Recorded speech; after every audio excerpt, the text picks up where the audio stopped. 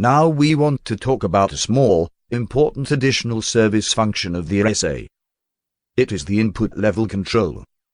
The input level is not always the same. It depends on the output of the source. It can be too low or too high. Too little, it's clear, LEDs won't light up much. But what is the result of overloading input?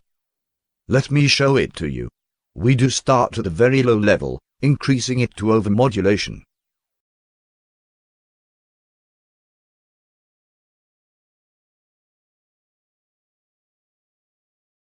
Input overload seems to add many high frequencies. That is correct. As a result of the overdrive, the signal is no longer sinusoidal, but becomes trapezoidal or rectangular, and this produces many harmonics.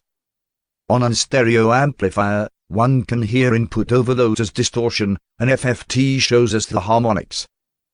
To have input levels of different source correctly managed, we do need an automated input level control. Check out next video, it shows it to you.